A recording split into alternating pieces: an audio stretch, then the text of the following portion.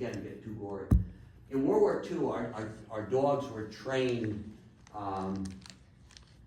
some of our dogs were trained to end the life of the enemy, let me put it that way. Okay, I'm going further.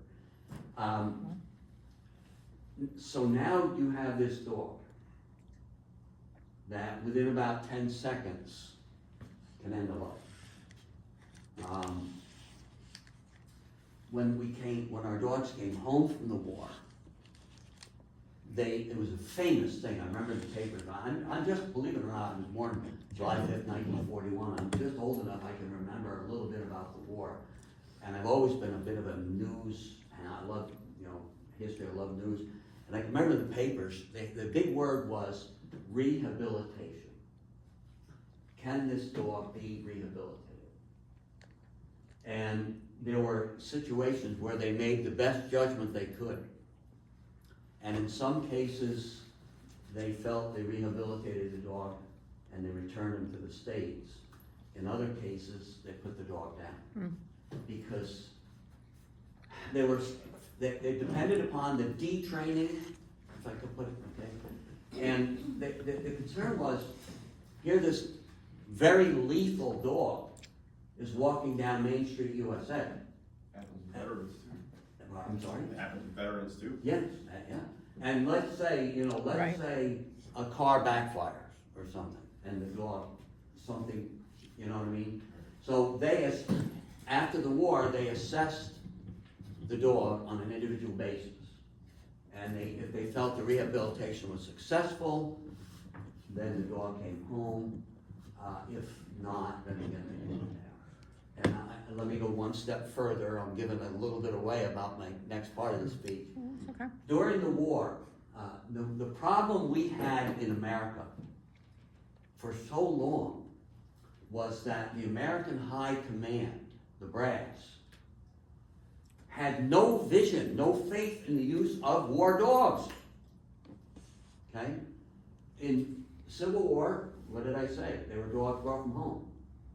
In World War I, we did not have any war dogs. Is that a shock to anybody? We did not. The Germans did. The Germans, thank you. The Germans had 30,000 of them. Yeah. Germans had 30,000 war dogs during the course of World War I. During in July of 1914, when the war broke out, Germany had 7,000 war dogs already trained and ready to go. Germany's always been a big believer in the use of war dogs, which makes me wonder. Now, I'm really, you're bringing something out in me here because I don't normally discuss it. I'm wondering if, because of Germany's interest in war dogs, if that's why the German Shepherd was the primary war dog for years during World War II. He certainly was. The Great Danes, not so much. We didn't do much with Great Danes, but did you know they're not from Denmark, Great Danes. They're from Germany. They were called Deutsche Dogge. D-O-G-G-E, they were German. In World War II, we used two breeds, and mostly no other. German Shepherd was number one. Anybody name the other one? We used very big time in World War II. I love the breed. They scare the heck out of me. They're so beautiful. I love them. Doberman Pinscher. The Dobies were actually, I'm trying to find the word here. I can't say invented, but they were bred by a man named Karl Doberman in Germany. Karl with a K. And Karl Doberman, just like in America, we developed the Boston Terrier. The Boston Terrier is the only true American breed among major breeds. There's some minor, I think Chesapeake Bay something. I don't even, that's how little I know about that breed. But the Boston Terrier, in 1870 in Boston, very wealthy ladies went to the opera, and the drivers of their car got together, took their dogs, their French bulldogs, their boxers, they took their dogs, brought them into a barn and made them until they produced the Boston Terrier. And the first Boston Terrier's name was Judge. And the Boston Terrier is known as the American Gentleman. And it's the only true major American breed, okay? But in Germany, so you had the Dobies, the German Shepherd. I always wondered, was there some relationship between that and Germany's, I don't want to use the word love of war dogs, but their belief in the effectiveness of war dogs. So thank you for that question. Yep. That's great. I have another one. Sure. Anybody else have questions, by all means. Where do we currently get our war dogs from? Again, they just recruit them. They'll kennel them. They have kennels. Which can I go back again? I'm giving away more stuff about World War II now. In World War II, when Pearl Harbor was hit, anybody know the date? December 7th, 1941. Yeah. We had less than 100 dogs in war service. And all of them, had only one mission: to go into remote areas, primarily snowy, Arctic type areas, to rescue stranded, wounded, disoriented, unconscious GIs. As late as 1941, the American High Command had no vision for the use of war dogs.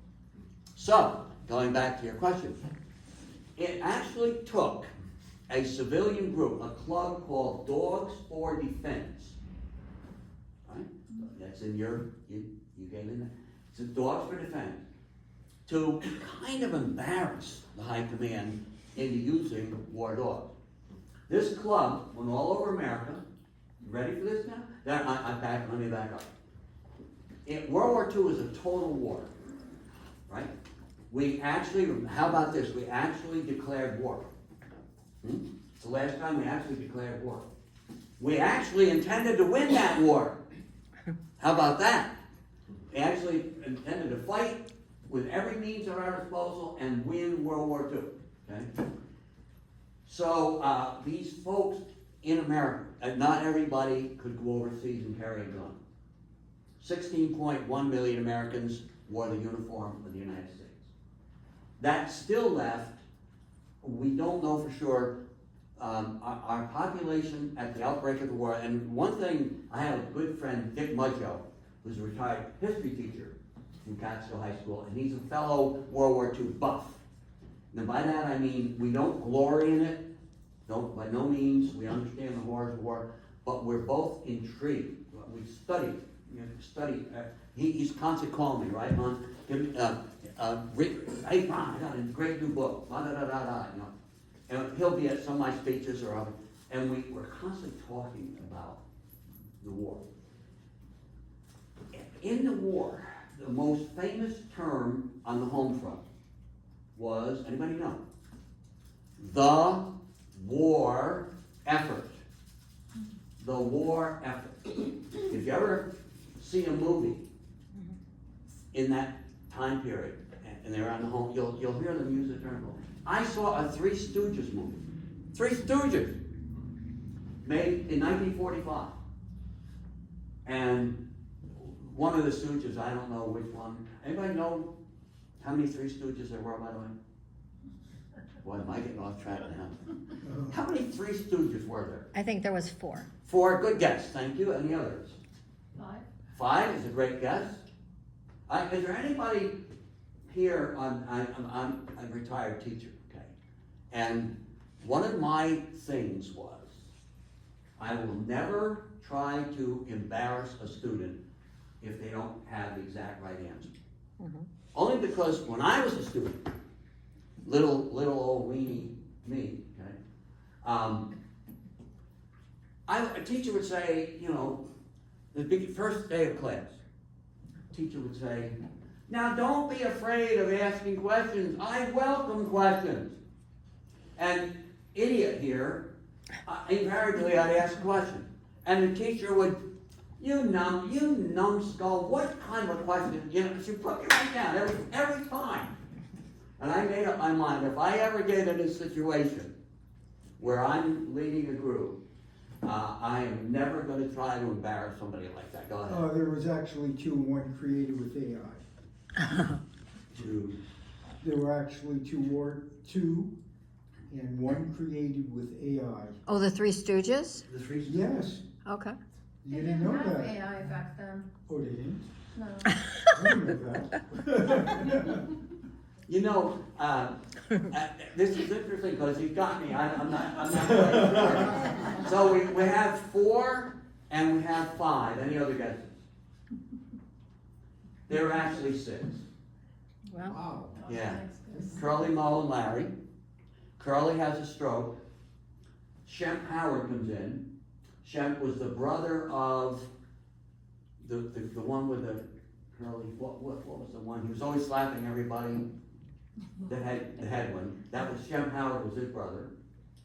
Then when Shemp Howard steps out, there was, what was his name?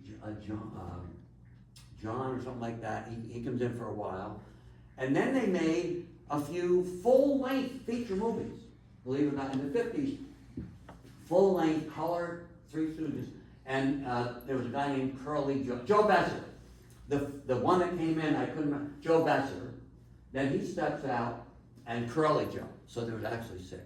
And which, don't ask me why, I'm really having mind blocks this morning.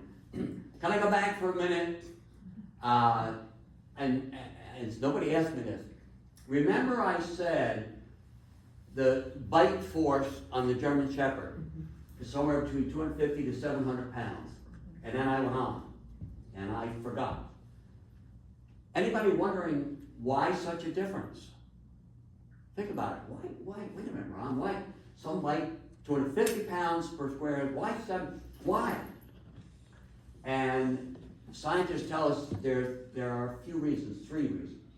Number 1, the bite force depends on the age of the dog. Number 2, a little bit, the size of the dog. But number 3, and I bet every veterinarian in America will agree with number 3. The difference in the bite force, ready? I bet everybody in here is going to agree.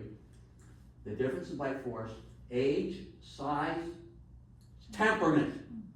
The temperament of the dog depends upon how aggressive that dog is. When I was a little guy, I'd never been a big guy, I was a little guy, the old timers would say to me, Sonny, now remember, it's not the size of the dog in the fight that matters. Yep. It's the size of the fight in the dog that matters. And so that's temperament, the size of the fight in the dog. And so the more aggressive, the more powerful his bite's gonna be. Anyway, see, how about this? I actually didn't forget this. Back to World War II. The war effort. If you couldn't carry a gun, everybody in America was committed to the war effort. We wanted to win the war, and so we had a group of wealthy